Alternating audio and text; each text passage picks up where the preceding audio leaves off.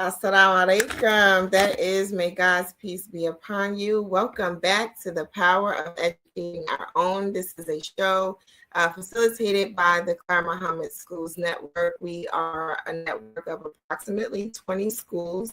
Those schools are full-time, weekend, or strong end, right? Because we use that terminology as well.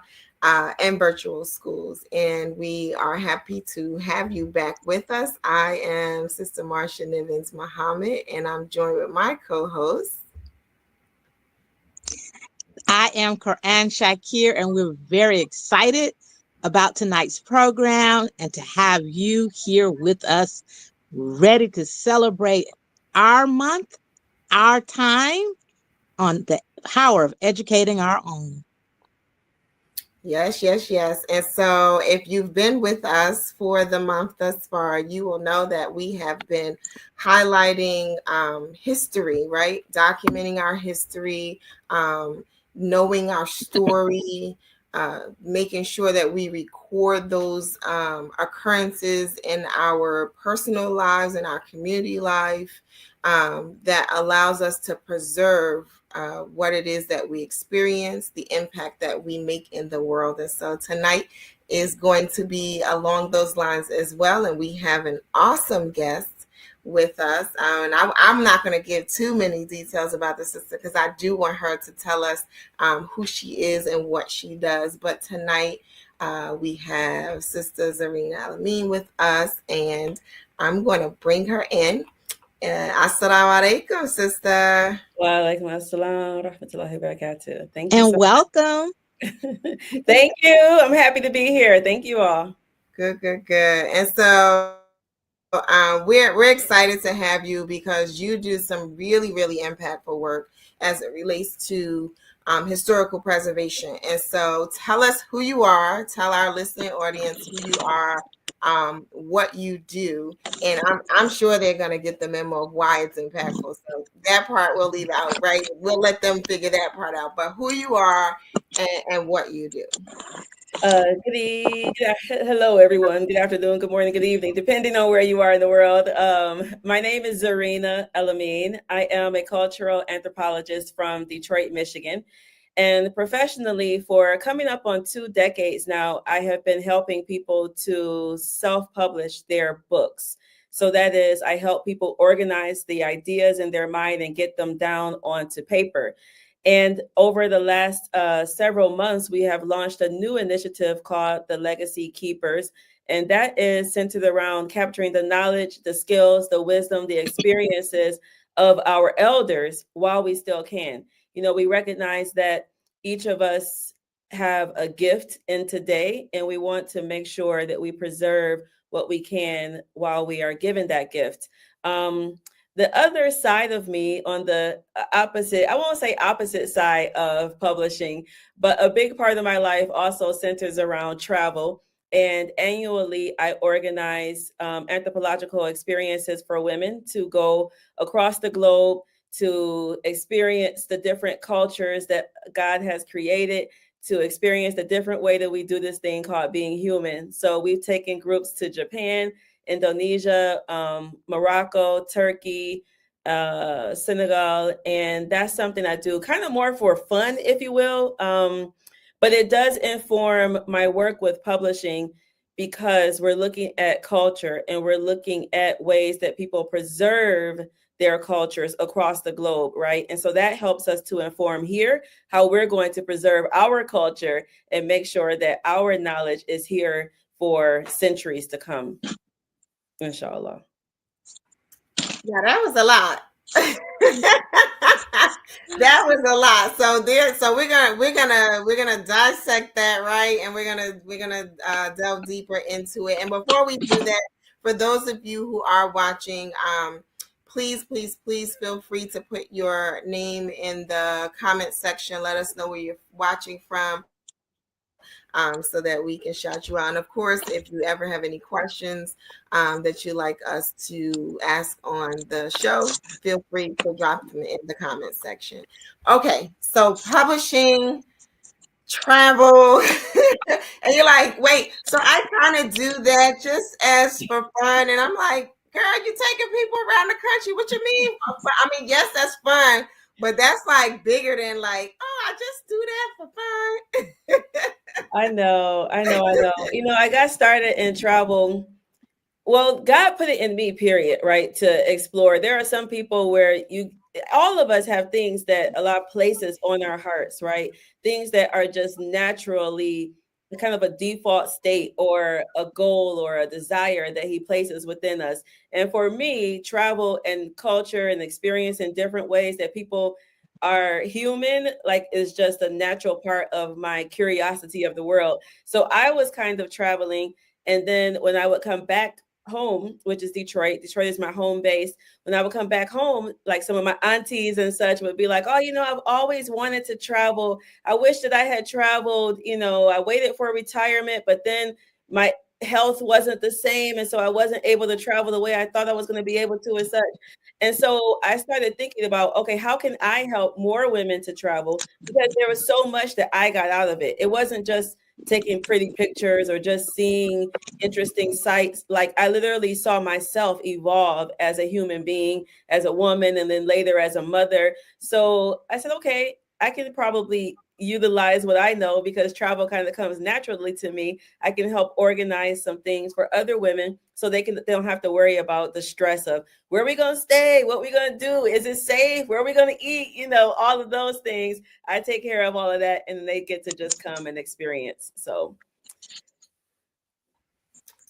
Nice. So, okay, so let's talk about the publishing, right? Yes. We'll go back to we'll go to the publishing, and we may come back to the trips because that's just super cool, right? So the publishing, right? How did you get started doing it? And tell us about like some of the journey in helping other people do it and what that's like. Yeah. I got started in publishing after doing my master's in anthropology. So, as you all know, when you're doing some type of higher education, you have to either produce a thesis or a dissertation or something. And I was doing my research in anthropology. And at that time, my study was around singlehood and the search for love in the Muslim community. So, I had done this study, right, like qualitative research around singlehood and people trying to get married and such within the community. And when I finished, because I was active in the community, people were asking for my results. They were like, yo, Z, like, what happened with that study? What'd you get? And I was like, I wrote this all up. You can go read the thesis, right? And they were like, no, like, no, like nobody was interested in reading that thesis. So I was like, okay, I'm not going to keep responding to emails individually. I have to figure out a better way to put it in a format that people will actually benefit from. So I said, okay, I'll take what I put in my thesis and convert it into a book, and then people will get the book, right? And so that's literally what happened. I did my first book was based off of my master's thesis. And I launched it at the MANA conference, the very first MANA conference. I launched that book there. And then, like, publishing changed my whole world after that. From that one book, people started asking me to speak. So that launched like a speaking career. And then later on, people started asking me for help with publishing their books. So naturally, I wasn't an expert at all at that point. I had only done like, my little first book.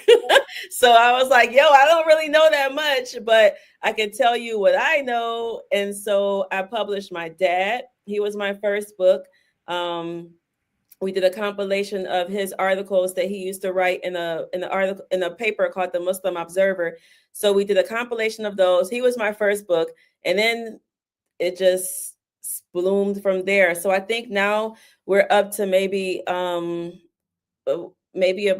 we might have hit like our 100 now. So I feel like, yeah, I think we might be at 100 now. So it kind of just over the years just expanded. Now I have a team of editors, a team of book designers, everybody that is necessary to help someone organize a quality book. Because I don't believe in those janky self-published books where you look at it and you're like, ooh, like, yay, I'm happy you did this, but ooh,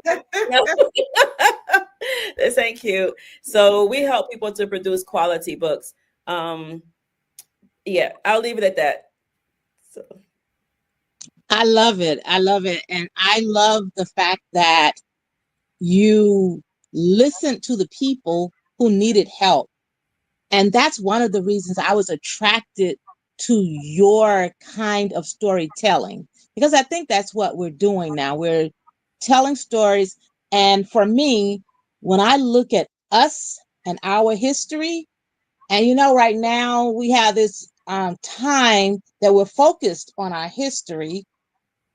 And I have been a part of our community all of my life. So I have seen generations of Muslims, and now we are putting to rest a lot of those stories, and they're not being preserved. They're not being told, and our children don't know that history. So that's why we thought this was important for us to have a program like this, so that we know how to collect those stories, and then how to actually document them with quality, like you're saying. So can you talk to us then about what kinds of stories should we be looking for, and what techniques should we use to gather those stories? Well, such a beautiful question. I think in the Muslim community, especially, and especially for the African American Muslim community, our history is such a unique history and such an integral part of the broader American society. However, because we are Black people, we are people who have historically been left out of history. And we understand that that is sort of the default way of our broader nation, that they take our history and reconstruct it, or either just try to act like it didn't exist at all. And for us as Black Muslims, with our unique contributions that we've made to Islam in America, we are at risk, if we are not careful, right? We are at risk of being erased from the future history books, right? We already see from the Black perspective how they are trying to ban certain books, eliminate certain knowledge. So we understand that, right? But from the Muslim side, we also know that they try to paint all Islam and all Muslims to be from outside, right? And so for our unique contributions and our unique community, we are at risk on both sides. Like they'll try to wipe us out and be like, oh, y'all not Muslim anyway. So we're going to talk about when the Arabs came over. We're going to talk about when the Pakistanis came over and their mosque and such, when we laid the foundation. We know that, and they know it too. But if we don't understand the importance of our work, and if we don't take the initiative to place ourselves in our rightful positions, then we can't expect anybody else to do it. Like, why would they? It's not, they don't care about us the way we care about us, right? So when you're looking at the stories, a lot of I think right now, with the ages of the pioneers that are quickly aging, right? But they established that foundation of Islam. So we have to record those stories. We have to record those stories of how they came, why they came into Islam. We have to record the stories of how they established these first temples and mosques, how they were able to pull money together when they did not have a lot of money, right? A lot of times people wonder, well, how are you able to build all of these institutions, whether they're small or large, without outside funding? We think that we have to have a lot of money. Oh, we're so poor and we don't have this. Like, no, they didn't have a lot of money, but they built strong foundations. How did they do that? How did they create inter networks with each other to have this sort of family atmosphere that we have in a lot of the different cities and such? Like, all of that is extremely important cultural knowledge. And we have to be able to build upon what they did.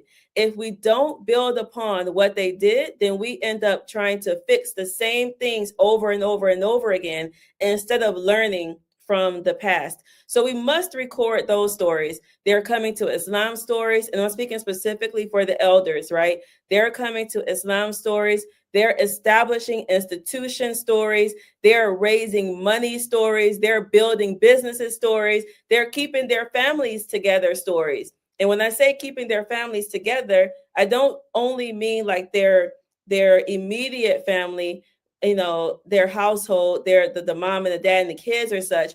I mean like the intercultural, the interfaith relationships that our people have very uniquely, you know, in our community. Because the Pakistani Muslims, right, they're all Muslim typically, right, in their family. The Arabs, they're all Muslim in their family. Us here, we have a unique situation where many people came into Islam and then their family is not Muslim. So the way that we relate to the society is very different. We have a much more understanding, tolerant, inclusive way about us that comes from our family ties, right?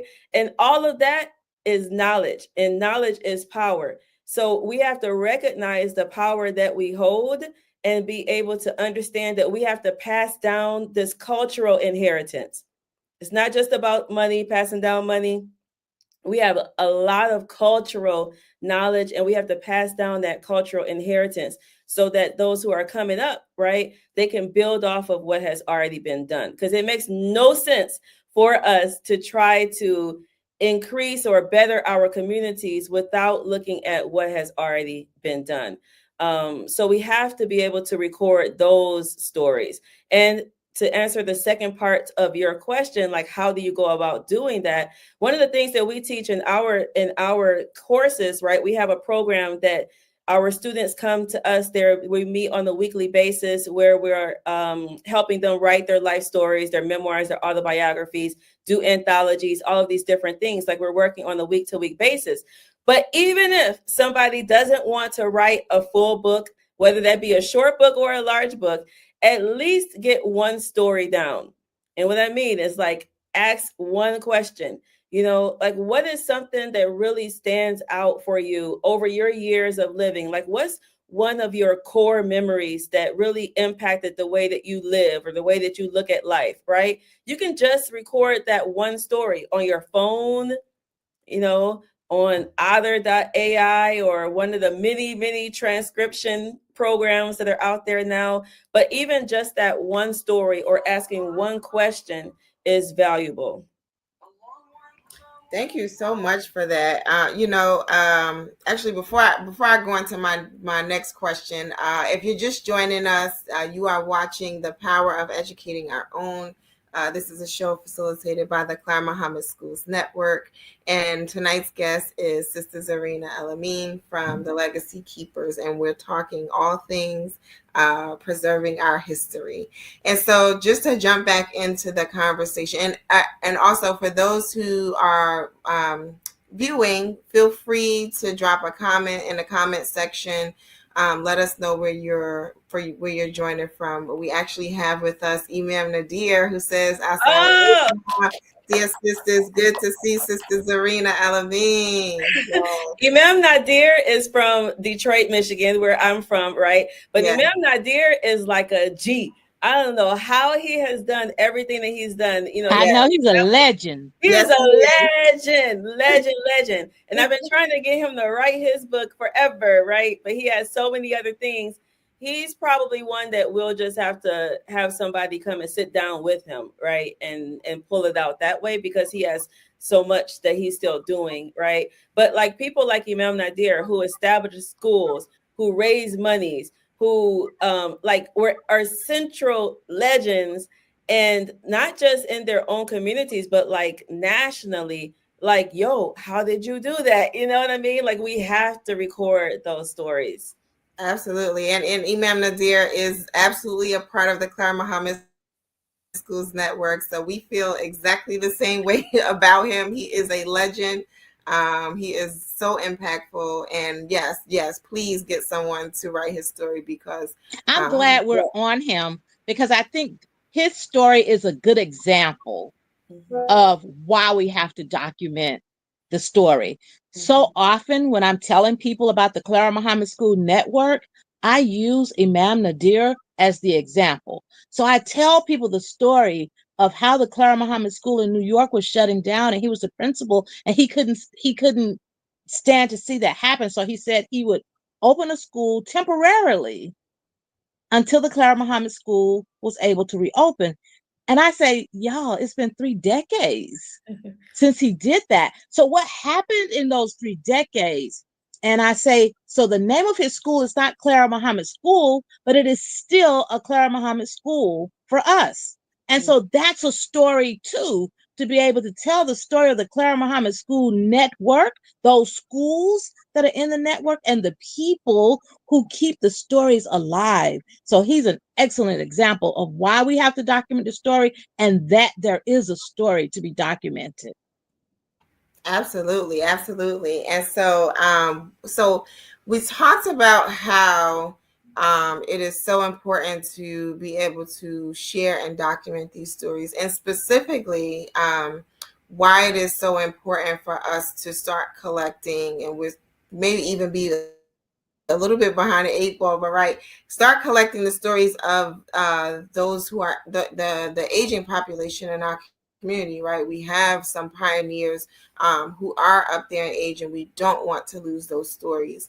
But I'm curious to know, like, who can write these stories, right? And I'm asking that because sometimes people feel like you gotta, have 18 degrees, or you gotta have done, 15 years of training to be able to write a book. Tell us who's writing these stories. Maybe not necessarily the pioneer stories like you just mentioned, but all the books that you're helping people to write. Like, who's writing these stories? Yeah. One of the biggest myths that has kept us from documenting our knowledge is the assumption that only celebrities or only founders of organizations are worthy of writing their stories. But we all know from just a family perspective, like imagine if you had a book or some papers that your great great grandmother wrote, right? Like, would you expect her to write like Toni Morrison or be Langston Hughes or somebody? Like, no, you would just be happy that you have something that she wrote that's telling something about her life. And now you know more about your ancestors. So all of us have stories, and all of us have families, right? That should be able to pull from those stories. So the people in our classes are regular old folks, right? They're writing for their grandchildren, they're writing for their communities, they're writing for their children, and they're writing for their future grandchildren who they will never meet, right? It's like when they talk about the proverb of planting a tree, right? That you will never be able to get and reap the fruit from. So you plant that tree for the future generations. You plant that tree because you understand that other people are going to be able to benefit. And when you write your story, it may be that you don't get the understanding of who is going to, care, or why should anybody care right now. But I can tell you for a fact that later on people want it. One of the things, I was talking to a young lady the other day, her grandmother, I think, is 92, and her grandfather was 92 when he passed, and her grandmother is 94 now. And so we were talking about this work, and she said, I didn't really care about my grandfather's story before he passed. She said, it wasn't until I actually had kids. And now I wish that I knew more about him. Now I have all these questions and such, for him. So she wants to interview her grandmother, right, to write her grandmother's story. But this is one of the things that I tell some of the people, some of the elders in particular, who come into our program and think about this. Like, my kids don't really care. Don't focus just on your kids right now. They may not care today, but I can tell you, when you're gone and they wish that they had been talking to you and sitting at your feet and studying about you and all this, like, they will be so happy that you took the time and gave this gift of your book. So we have a lot of just regular individual, folks writing their own stories. Our eldest student right now is 87. and she's writing her story. And then we have some younger folks who are interviewing their grandparents and such. So it kind of goes both ways. That's amazing. You've got You know, some I'm great as books out too. At their feet. Yeah. And then I know Sister Lanice's book. Yeah. I have all of them in my library Oh, yay. because I love the creativity of the writing, because it's not all the same. Yeah. And so I hear you when you talk about that fear of being a writer, but we all have a story to tell. And like you said, if you record it, then, we can get the AI to transcribe it and then get it edited as needed. But I do think it's important for us to be able to, as you say, tell those stories. And as you were talking, I was writing down different kinds of stories that people can tell, because you talked about letters that people have written. Some people save their letters. What if we had just a book of just letters that Yes. someone has written? Yes. That'd be an amazing book. Yes. Or Yes. even when in the transition, I was a teenager or right at my teen years, and there's another Imam Qasim Nathari, who was also a teen. And he and I were talking about how in that transition, when the adults were trying to find their way to the Quran, there was no one talking to us as the teens. And that's a story. How did we survive that time? So those individuals are now in their late 50s and 60s. They got a story to tell. Tell that story of the transition, while the elders can also tell their story of the transition. That could be a book in itself, the transition. And that's a big thing, because what Imam Muhammad did was amazing. But how do we get there and to be here where we are even?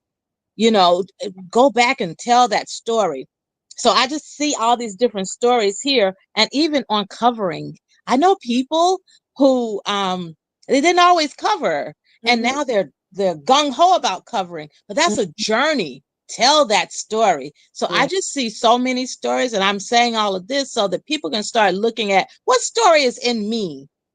Don't minimalize it. It's a great story, and it may not be, as you say, important to the immediate generation, but it may be important to the next generation and the next generation and next generation. So that's my comment. I didn't really have a question. Yeah. Well, to that point, when we talk about the difference between autobiographies and memoirs, right? Some people feel as though if they want to write their book, they have to share every bit of their life from the beginning to present, right? And what you just mentioned, as far as like all of us have a story inside of us, is that you don't have to tell everything, and you get to decide what you want to share, but you can also focus in on just one particular aspect of your life. So if you want to talk about your coming to Islam story, your book can be about that. If you want to talk about you building a business, right, your book could be about that. If you want to talk about your relationship with covering, it could be that, or when you went to Hajj or whatever, right? So people, you get to choose. And I think the big part is, for me, a lot of my work with our students and such is to relieve them of the burden of feeling like they have to be some type of perfect writers, because that's not what this is. Like, literally, I want you to write your book in your natural speaking voice. The way you speak is how I want you to write it. So I don't want you to try to slip into academic speak and try to make sure you use all this jargon and stuff that makes you sound quote unquote smart. Like, no, pretend that you're talking to one of your friends, right? Pretend that you're talking to your great granddaughter or something, and you're telling her a story. You wouldn't use all of that type of language and such. So I don't care about which topic they choose, but I want them to write something. You know what I mean? I want to write something. And I think that once we are able to compile all these books and such, like later on, just the wealth of knowledge that we'll be able to have is something that's very unprecedented. Like I went to Turkey last year, the end of last year, and we were on this delegation and we were going around. Of course, we're looking at buildings that are 1,000 years old, and we're like, whoa, you know what I mean? Like, we forget here in America, because we're still such a very young country. So when you go to places and you see things that are like 1,000 years old, 1,500, you're like, wow. So I was also touring some of the publishing houses, And they have spaces where if there are any old books, people can come and bring those old books and they'll restore them, right? And they'll actually, try to fix them up and such. So I'm looking at this old society and I'm looking at the importance that they're placing on culture and the importance they're placing specifically on the written word, making sure that these books are there, that people's ideas are put down. And when I think about them, I'm like, okay, how does that apply to us? How can I apply what they're doing like to us? And that's really why this stuff is so important. And I hope that we don't minimize it. Right now, there are a lot of initiatives nationally that people are trying to do within the African American Muslim community to start doing more storytelling, doing more story preservation and such, which is beautiful, right? And I think in addition to that, we're going to have to figure out ways that all of that is going to be preserved for perpetuity. Because if we don't have any large institution that's funding it, like Turkey, the government is actually funding a lot of those publishing houses and such, right? Here, we're doing it on our own. Now, we understand that's no excuse, right? Team, no excuses. It doesn't matter what our limitations are, we get it done.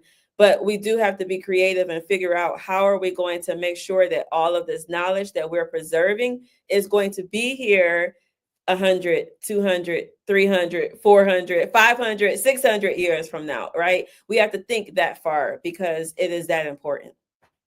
Yeah, and I love that you bring that point out, because earlier you talked about erasure, right? And for some people that may sound like a silly thing, but it's a real threat, I guess we would say, to our story, to anyone's story for whom is at risk of that, right? And that's all the more reason to find a way to share the story. You were just talking about like someone writing an autobiography versus writing a memoir. And so I'm curious to know, with these books, like, are they novels? Are they, are they 100 pages? Are they 20 pages? What do they look like, right? I just want people who are listening or viewing to know that this is something that is so close in reach to their capability. Yeah, they range. So some of the books are, 75 pages. Some of them go up to a couple of 100 pages. One book a sister just put out, I think hers was like 60 pages. So it's no stress. You know what I mean? Like, do what you can do, write what you want to write, and get it down, and just make sure that it is preserved. One thing I tell them is that, you don't have to write every single thing, because as I mentioned, that gets overwhelming, but also nobody's going to read, 1,800 pages. You know what I mean? Like, it's intimidating. So just writing something that is honest, that is authentic, that is based in truth and based in care for the future is really where you want to be, right? So some people are writing for society, but some people are just writing just for their own family, right? Like literally, I want my children to know more about why I made certain decisions or how my grandparents influenced my life. You know what I mean? And that is valuable in and of itself. It doesn't always have to be something that you share out with the world. So that's a very good point, actually. Like, your books don't have to be something that you share out with everybody all out there, right? They can be literally just for your family. And that is beautiful in and of itself. Yeah. That's a I very good also, when point. yeah. I'm sorry. That's a very good point. There was a brother here in Atlanta. He was actually from New York.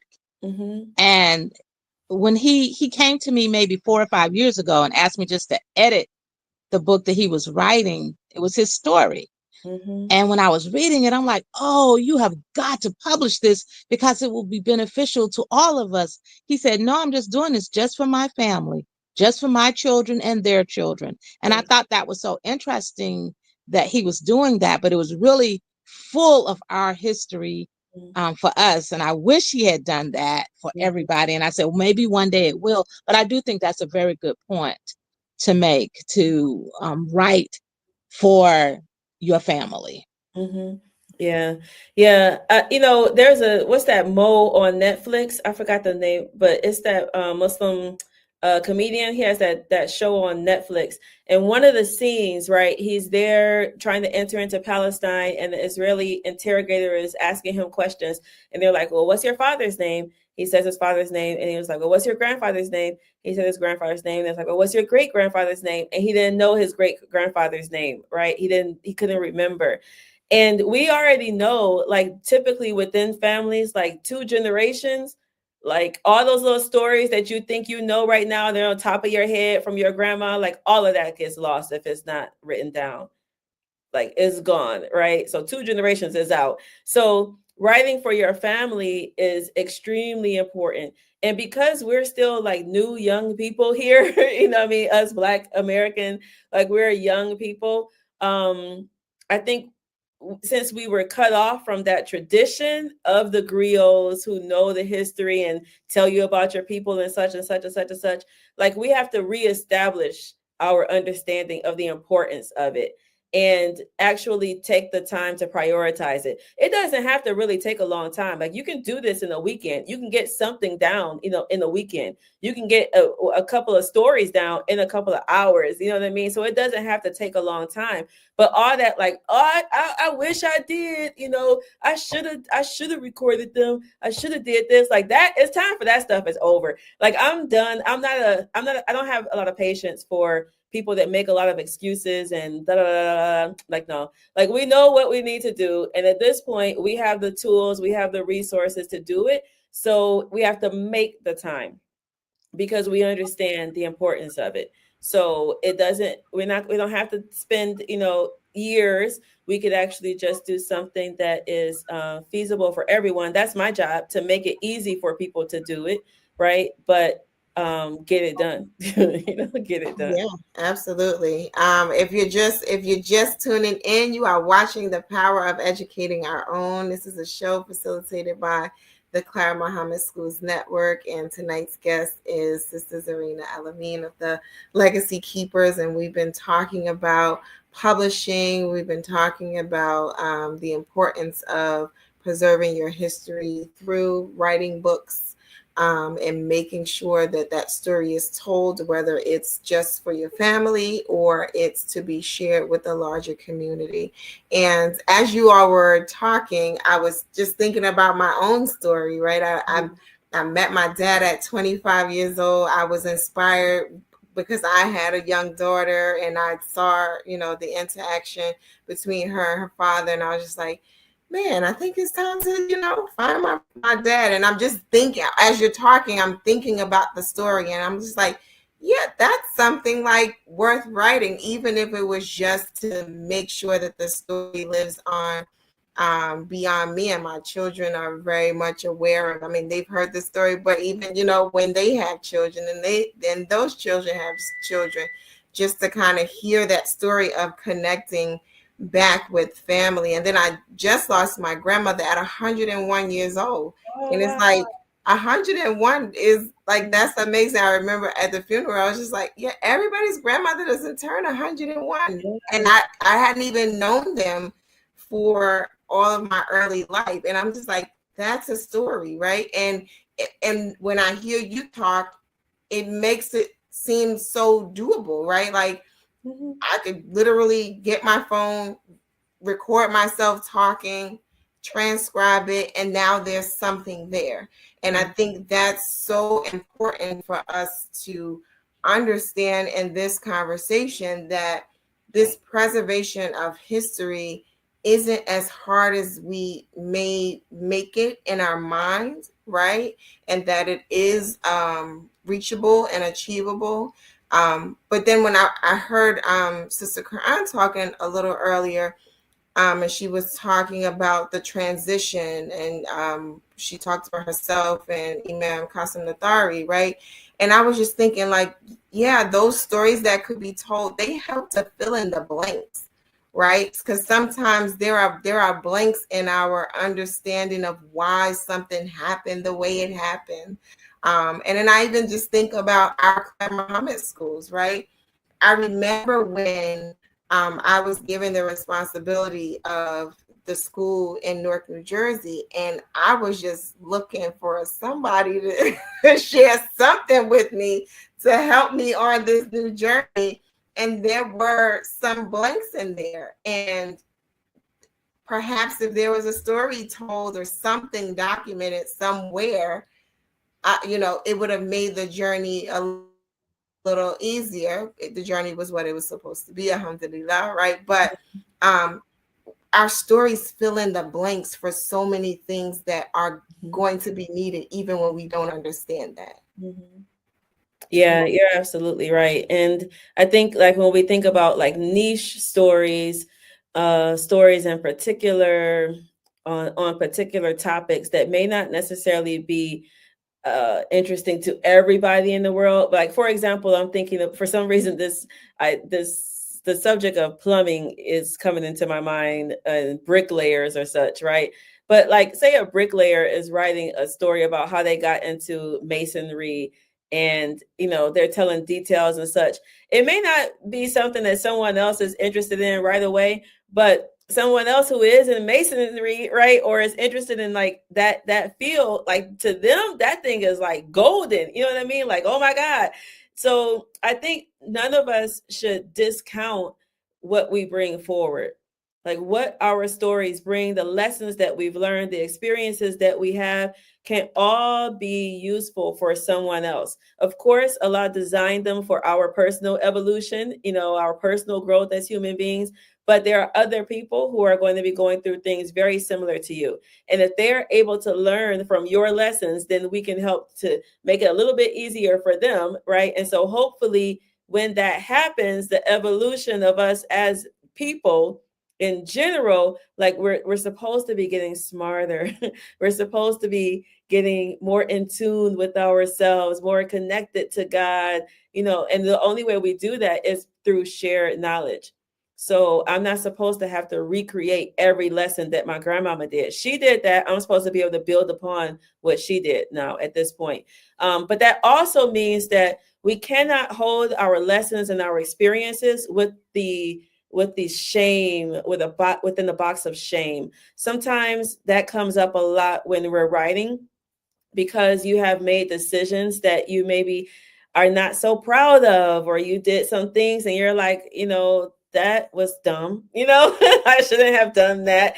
And there can be some shame around some of the decisions. Now, I'm not saying go tell all your sins and all of that. And I'm not saying that you have to share everything that you did in the world or such, but I'm saying that a lot of times the growth that you took as a human being, right, was a natural growth. You learned some things, you got better. Think about the autobiography of Malcolm X, right? Think about if Malcolm X did not share some of those darker moments of his life. He wouldn't be the Malcolm that we know. We wouldn't even have as much respect for him because we didn't see the journey. It would be like he was someone that was so far away from us, we couldn't relate to him. So us seeing him as Detroit Red, us like understanding how he used to go and club and do this and this and this, like we're able to see the growth of him, right? The trajectory of his life. So I think that we got to remove some of the shame and use some of our experiences as teaching tools, right, for other people to be able to learn from. And when we do that, we free ourselves as well. You really do. Like you free yourself as well. And this is real quick. I could talk about this forever, but one of the side benefits that I've learned over doing all of these classes with our students and helping people write their books is that a lot of times they may be writing for somebody else, right? They're writing for their future children, or for the people who are doing business books, like they're writing to build up their businesses and this and this. But the process of writing is something about like the process of writing and the ways that it does things to your brain, where you as an individual start to understand yourself at much deeper levels, even if that wasn't your intent. So we can have an intention in the beginning that I'm going to record this for somebody else. But the process of reviewing information and stories and people in your life, like it is like a personal development tool like no other, right? And that's a side benefit. We don't necessarily come into it thinking that that's going to happen, but now I've learned over the years and having doing all these books, like dang, like even if it reaches just one other person, like what the author themselves get out of the process is priceless. That's beautiful.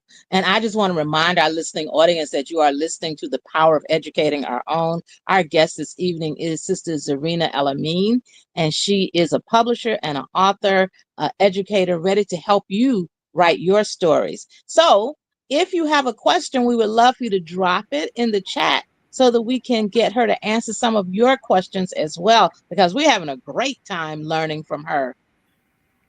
And we have a comment from someone, HG. Love this. This is the first time I've been exposed to this kinds of conversation. My kids have already been saying there are stories about my late mother they haven't heard before. And I think that's the point that we've been making, right? Is that this preservation could be this big work, but it can also be this very intimate work that helps to tell the story of just your family, and that is valuable to the people that it touches, whether on a large scale or a very small scale. And so, yeah, thank you for that comment from someone someone HG. There we go. So, tell us about some practical things people could do to kind of like get in the spirit of, I don't know, of writing, right? So I'm sure for some people there's like this blockage to get to starting. What could people do to kind of get to that point? And then of course tell us about your training, because we want to know about that as well. Mm-hmm. One of the things that people can do when they're trying to get started is just start with one idea. Like what's one thing that you want to share? And that could be an idea, but that could also be a story, right? So if I'm thinking about my grandmother and I'm thinking about us making this Japanese fruitcake that we used to make or whatever in the house, like me telling the story of this Japanese fruitcake tells the story, a broader story of my grandmother, and then by extension of my grandfather, and then by extension of the ways that they worked in the community and such, right? So like just one thing can start to be a ripple effect. So you start here and then it just starts to ripple out and such. But in our class, so we have a free starter training. Actually, anybody can get started for free. It's thelegacykeepers.com/live. So thelegacykeepers.com/live.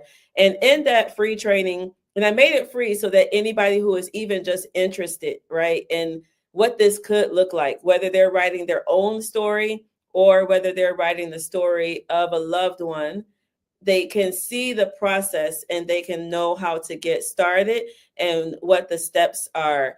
But a big mistake that a lot of people make, one, is procrastinating. And I hope that if we get nothing through to our listeners today, I hope that they recognize that we are in a gift right now. So the present is a gift and none of us are promised tomorrow, right? So this idea of recording your story, if you've ever thought about it, or you have a grandma that's alive or somebody in your family that's alive and you're like, oh, I should, I'm saying do it. Like, do it now. Do it now. We can help you if you need help. If you want to just start something, like, do it now. I hope that that's one thing that people get into their mind. Because the sad thing to me, and it happens all the time, is when somebody is like, Z, I heard you talking about that stuff. I heard it, but it didn't hit me. And they're telling me after their grandma just passed. Like I had a lady the other day, right? She was interested in doing some stuff. She didn't do it. And then, saying she was going to wait till the stars aligned perfectly. She was going to come and do it then.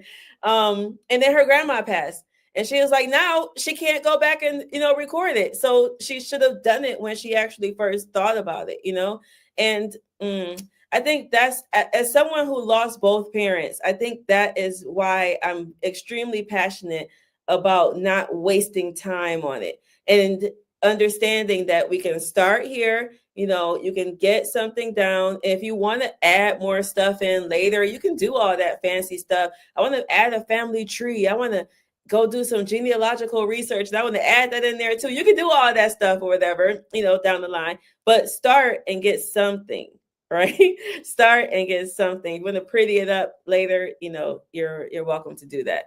But that's a big thing. So I would say come to our free class, thelegacykeepers.com/live, and then just get some ideas on ways that you can go forward and do it. Thank you. And then, so Imam Nadir, he has me cracking up. He says, we are watching the view of the Muslim Ummah. I love it. And then I have Sister Ravina who says, I am more curious. Oh, she was saying, maybe I clicked the wrong one. Sorry, I didn't want to do that one. I did do this one. Sister Verena, can you talk more about the use of AI in writing or editing? Yeah. So I know lots of people in publishing don't like AI, but I love it. I love it. Now, AI can do some things and it can't do some things. Number one, it cannot pull your memories out of your head, right? It can't go inside of you and think about how you felt when your father came to your birthday party and lifted you up in front of everybody. It can't pull those emotions and such out of you, right? But what it can do is giving it information. It can edit it very quickly. It can give you certain prompts, as well. We have a whole list of different questions that we've kind of used, and we know how to progress now with how to pull information out, and like even neurologically, it's a lot that goes into it. So I won't go into all of that right now. But AI can help you edit. It can help you clean up your work extremely quickly. Also, people who don't like to type and who don't like to write by hand, then you can use AI to, dictate the book, and then have other.ai transcribe it so that you get your first rough draft, and then you can go back in and edit it, right? So there are so many different ways to get the information down, right? Interviewing, all of those things, AI is really, really, really great for that. So Otter, OTTER.ai is a great transcription tool. So you can voice dictate to Otter. And I find it to be a lot cleaner than like Google Docs has dictation in it too. Microsoft Word has dictation too. But Otter seems to be like kind of clear. And then in the program, we have a whole list of different AI tools, but Otter for sure. And then everybody knows Chat GPT is another one that you can use to kind of edit in certain sections. But you want to be careful if your AI is not trained to your voice when you're using it for editing, it will whitewash you, right? So you have to make sure that you prompt and you train your AI to keep your voice, because you don't want somebody reading something and then they meet you and they're like, is this even the same person? Because this don't sound nothing like them. Your book should be a reflection of you. So you write your book exactly the same way that you speak. You use the same type of language. You don't switch it and try to make this your book speak and this is the regular way you speak. Like literally, they should be a reflection of you, which is truth and honesty. So yeah, AI is great for that, but AI is not good for actually pulling stuff out of your head. Right. It's not magic, y'all. Mm-hmm. And then also she's interested in knowing more or curious about the legality of it. So like what do people have to, I guess, be concerned about or just knowledgeable of as it relates to these books? Yeah, we have a whole module on the legal side, because sometimes when people are writing memoirs, they may have some things that happened in their life, whereas their truth, but it may look bad on someone else, right? And so they're like, can I talk about this? Even though it's my truth, can I share this? So one of the things that you do when you're writing is you have to put disclaimers, even for your own story. Like, this is based off of my recollection. This is based off of my understanding of the events that happen. Sometimes you can change certain names and such. Now, if you have a brother and you're like, oh, I'm going to call him Jake, but it's still, you only got two brothers, what I mean? Like, we're going to know who you're talking about. But you put certain disclaimers and things like that in there. Sometimes some people will reach out to people in their family and they'll tell them like, hey, I'm writing a book about my experience. You can ask them what they feel, or you can say, hey, I'm writing a book about my experience. It is what it is. I'm just letting you know. I'm informing you that I'm writing a book. So yeah, there are sometimes some things that you want to be cognizant of and do your due diligence as well. And if you need to reach out to a publishing lawyer, then do that too. That's great. And so, as we get ready to wrap up the conversation, I do want to just have you highlight again how people can connect with your program. I'll share the link on the screen again. But yeah, just how people can connect with you. What do they need to get started in your program, what the enrollment requirements are? What are those things? Yeah. So we ask everybody that's interested in working either on the legacy book, like memoir, autobiography, recipe book, family reunion book, any type of legacy book, to come to our first starter training. That way they get a little bit more knowledge about the way we do what we do. And then if we're a good fit, then they can either sign up for one of our programs or our done for you services. So we have a program, which is our group program, and that program helps people get their books done in 90 days. It is literally like step by step by step by step to get their book done in 90 days, right? And then we also have done for you services. So if someone wants us to interview either themselves or an elder and write the book up, right? We can ghostwrite the book. If they've already written a book and they need us to come in and polish it, do a custom cover, interior design, all of those things, we can do all of those things as well. So the group program gives accountability, and it also gives guidance so that they can write without trying to figure everything on their own. And they get weekly feedback from us, myself, my editors, as well as the other, we call them the Cousins Collective, like the other cousins in the group, right? The legacy keepers who are writing. And then on the done for you side, of course, the investment is a lot higher on the done for you side, but that's for people who are like, look, I want to get it done. I want you to come in and do it. And, and that's what we do. We come in and step in. So either way, they can start there, thelegacykeepers.com/live, or they can send us an email, Zarinah, ZARINAH @bookpowerpublishing.com. But you're gonna have to run that one back again. My bad.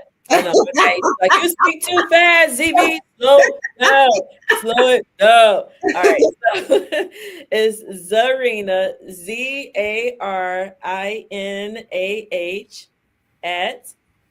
@bookpowerpublishing.com. Yes. We got it. We got our tech support in the background. Shout out to Imam Mujahideen Mohammed. He's on it. Like, wait, you did it too fast. I know. Beautiful. Now this has been an awesome conversation. I as we are talking, I'm thinking of, I know we've just been talking about book writing in general for the purpose of preserving history, but I'm also thinking about ways that we can incorporate the students in our schools into this sort of effort, right? In this storytelling effort.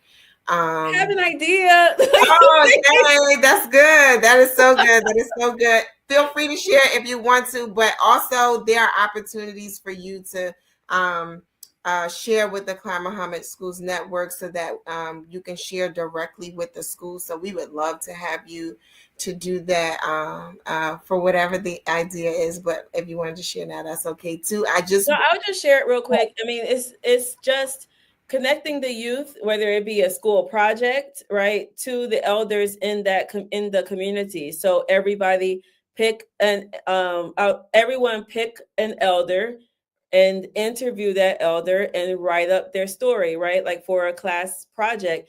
And the community could have a day where the elders and the students all come and they, celebrate and share and such. Each school could publish all of those essays together and have a volume, in their self. And I was just talking to another sister today who wants to do something similar, but she wants to have like a scholarship, where there's a scholarship and students interview people and then the best one like wins a scholarship or such.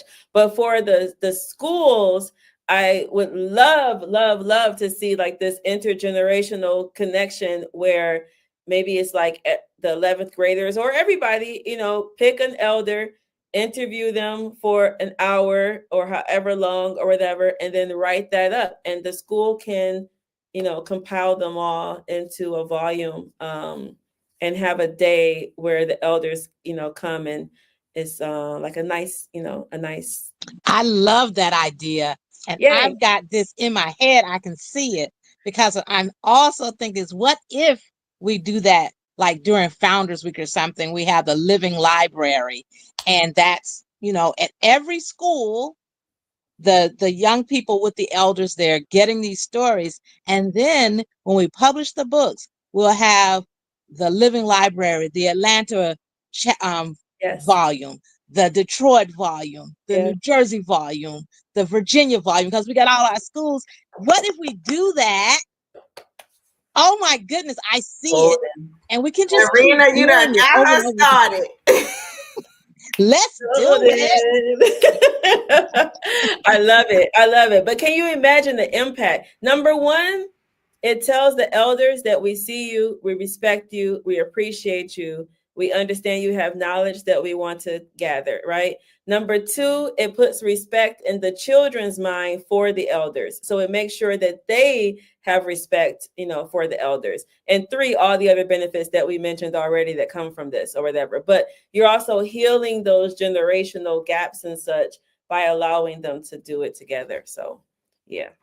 Absolutely. And then I also just want us to be inspired to tell the stories of our institutions as well. Because I often hear of people talking about like, well, when I was in the University of Islam, it was like the most wonderful experience ever. And I'm like, that's great. I would love to know more. I hear people saying, yeah, when we had Clara Mohammed School, we had 1,500 of them. And it's just like, but at some point, for those who, as we go further out into the future, we're going further away from the history, right? And so as you said, like 2 generations out, the story is lost, that kind of thing. So I'm also encouraging us to start to tell the story of our school and our locale to make sure that is preserved. Imam Nadir is chiming in again. He says, I love it. We'll work on it, Zarina Elamine. So yeah, we're gonna cook up something for Founders Week, which is the last week in November, October, first week in November. And it goes from Imam Muhammad's birthday through, which we share birthdays, by the way. So I'm October 30th. Yep. Okay. Sister Clara Muhammad's birthday, and then of course we're recognizing the Honorable Elijah Muhammad, which is a little earlier in October, but we often recognize that time period as Founders Week. So we're gonna cook something up because Sister Quran Shaka done already heard it, so it's gonna happen. Yay. I saw the light flicker in her eyes. Yeah. So it's going to happen, inshallah. So Look out for something to come from the schools. And then for all of you who are viewing this, however you can begin to document the history, big or small, do it for your family, do it for your community. Make sure that our story is told. There is so much. I didn't grow up Muslim, right? And so coming into this community, just hearing all of the stories, when one of the pioneers feels so inspired to just like let loose, right? Mm-hmm. It sounds so beautiful and it sounds so amazing. And I just know the story of the things that were done. We talk about having earlier today, we had a Talim here in New Jersey, Emir Rashad Abdul-Rahman, and Brother Sharif was with him as well. He was talking about like all these businesses. I think you even said it, Zarina, like how did they do all of this with a little bit of money? When I think about all of this that they did, right, it's a story to be told and documented, because even though it feels so near and dear to us, so many people don't really know the story, right? And that story is very inspiring. So the more people who could be exposed to it, the better. But then it also gives us a sense of, and you talked about it being freeing for some people, but it also gives us a sense of pride and accomplishment of even being connected to just a small part of that story. I know that I feel that way anytime that I hear it. So we're promoting here on the Power of Educating Our Own historical preservation. It's important. It's impactful, and even if it's not impactful today, it's going to be impactful into the future, and it needs to be told. So tell your story. Sister Zarina, any last comments that you want to share with our viewing audience?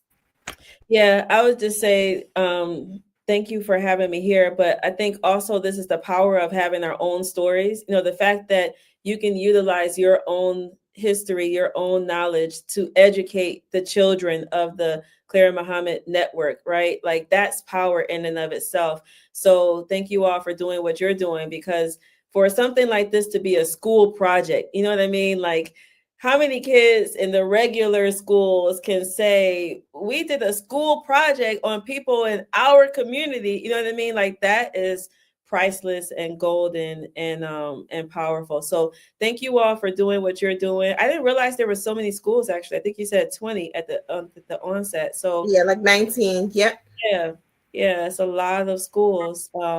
So thank you all. And I think, for anyone who is interested, of course, we're here. But I'm going to say, go sit at the feet of one of the elders in your life. If you are an elder, write your story. Get somebody to help you if you need help. And for those of us who have elders in our lives, go sit at their feet and ask them questions and start preserving what we can. We are so grateful to have you on our program, number one, and in our community and doing this work. So we're very grateful to you for the work that you're doing. And may Allah bless you immensely for this work. And may we all hear the call and answer the call. So thank you so very much. Thank you. Thank you all. Yes, this has been the Power of Educating Our Own. This show is hosted by the Clara Mohammed Schools Network. We are a network of 19 schools, full-time, weekend or weekend, and virtual schools. And we are here every Sunday, 7 p.m. Eastern Standard Time. And join us next Sunday for another conversation about historical preservation, the importance of it. We've been doing this particular series all month long in honor of African American History Month, and we invite you back here next Sunday to continue the conversation. This has been a wonderful evening with Sister Zarina El-Amin of the Legacy Keepers. Make sure you get in touch with the sister. She has shared her information with you, Zarina, at bookpowerpublishing.com. Also, hold on, they're throwing other things in here for me. Hold on. thelegacykeepers.com/live. And because my husband is the tech support in the background, he's also throwing in happy birthday, Sister Marsha. Yes, it's my birthday, guys. Oh, happy birthday to you. Happy birthday to you. Happy birthday, dear Sister Marsha. Happy birthday to you. Woo! May Allah bless you. I mean, yes. So again, the power of educating our own. We are going to be here every Sunday, inshallah, at 7 p.m. Eastern. Until next time, assalamu alaikum. Wa alaikum assalam wa rahmatullahi wa barakatuh. Sister Clara Mohammed, a black Muslim woman from Macon, Georgia, was an extraordinary leader and pioneer. Her contributions, especially in the development of Islamic education in America, paved the way for thousands of Muslim families to take ownership of their children's future, starting at a time when homeschooling was illegal in the United States. She eventually established a network of schools that was later named Sister Clara Mohammed Schools in her honor by her late son, Imam Warith Din Muhammad, rahimahullah. Sister Clara Mohammed helped to establish the important role women had in early Muslim American history and was an inspiration to future generations of leaders. Without her, there would not have been a nation of Islam, or the unique Sunni Muslim community that evolved from it, one that was acutely aware of the concerns and aspirations of women. May Allah have mercy on Sister Clara Mohammed.